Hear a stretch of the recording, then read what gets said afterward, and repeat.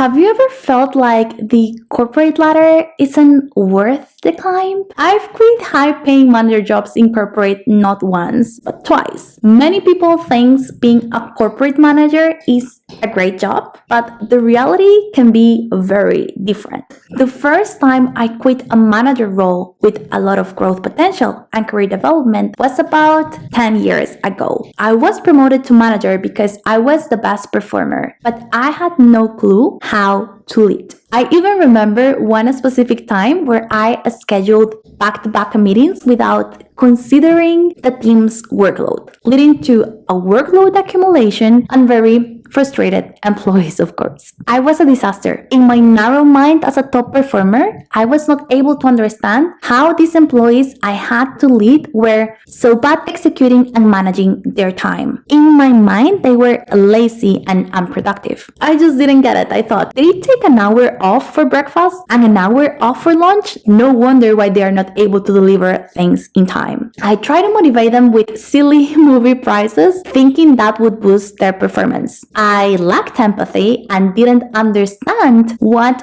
truly motivated them, making me feel unprepared to lead and influence the team effectively. Because it was true, I was not able to do any of that. I was young, socially awkward, and had so much to learn about leadership and human behavior. So I decided to switch to a non-manager role and truly study leadership. I read dozens of books, listened to podcasts, took courses, and joined mentorship programs about how to be a leader, how to manage people, and how to coach others. I also took several courses on emotional intelligence, which taught me how to recognize and manage my emotions and those of my team. And then I became a mom. That experience prepared me to be a great leader more than anything before. I started to read a lot about children's psychology, human development, and human needs. And voila, that was the missing piece of my puzzle. Human psychology is at the center of leading humans effectively. And let me tell you, there are so many things that are so similar between being a great parent and being a great leader. For example, when my little one throws tantrums, I must be patient and show empathy. When an employee performance drops, I must listen and look to understand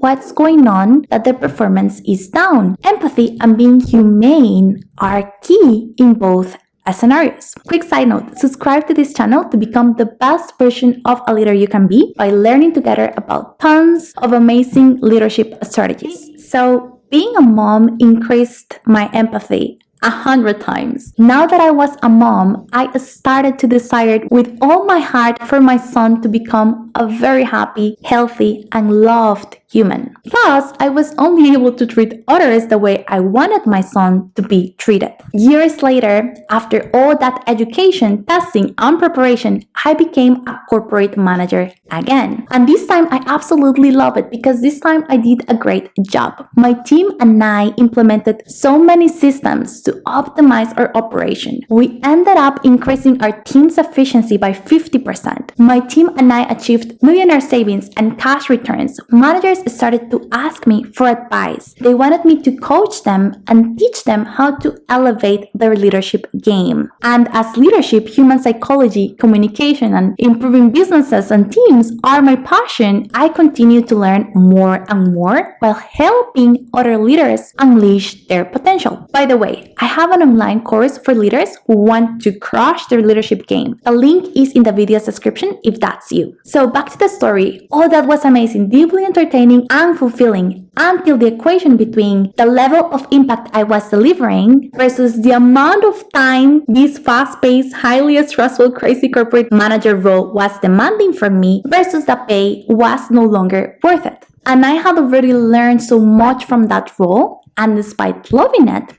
a corporate manager role in a fast-paced environment with new urgent requests every day and critical problems every hour is, to say the least, exhausting. It heavily consumes your time and attention. I remember one of the many weeks where I worked more than 50 hours yelling at my little one because he interrupted me to go play. My day was consumed with ideating, strategizing, learning, and sadly, prioritizing work over quality time with my family. My husband has a job that is way less stressful, so he asked me to reconsider moving to a role where I could continue to do what I love, solve problems, improve organizations, and lead with empathy while not having so much stress on my shoulders. And I had been thinking about the same for a while too. I knew my job was way too stressful, and sadly, I was taken for granted because in that old manager role, I didn't have the visibility from the right people for it to be worth managing so much stress. So I quit that role and moved to a non-manager role where I was able to lead big impactful projects,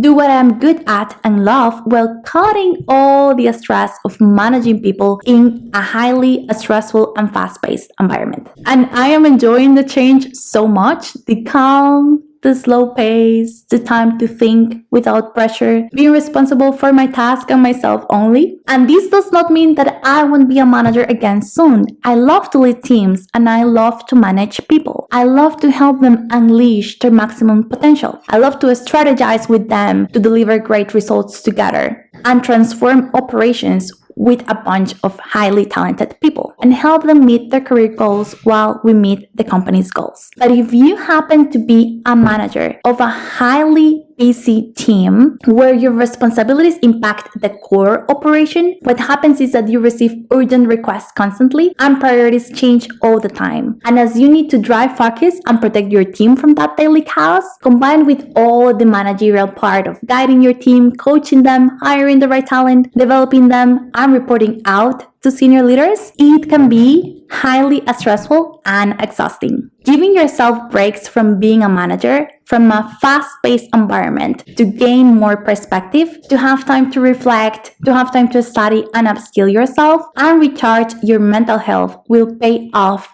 in the long term. Now tell me, are you thinking of enjoying a managerial break? Share with me in the comments. See you. Bye.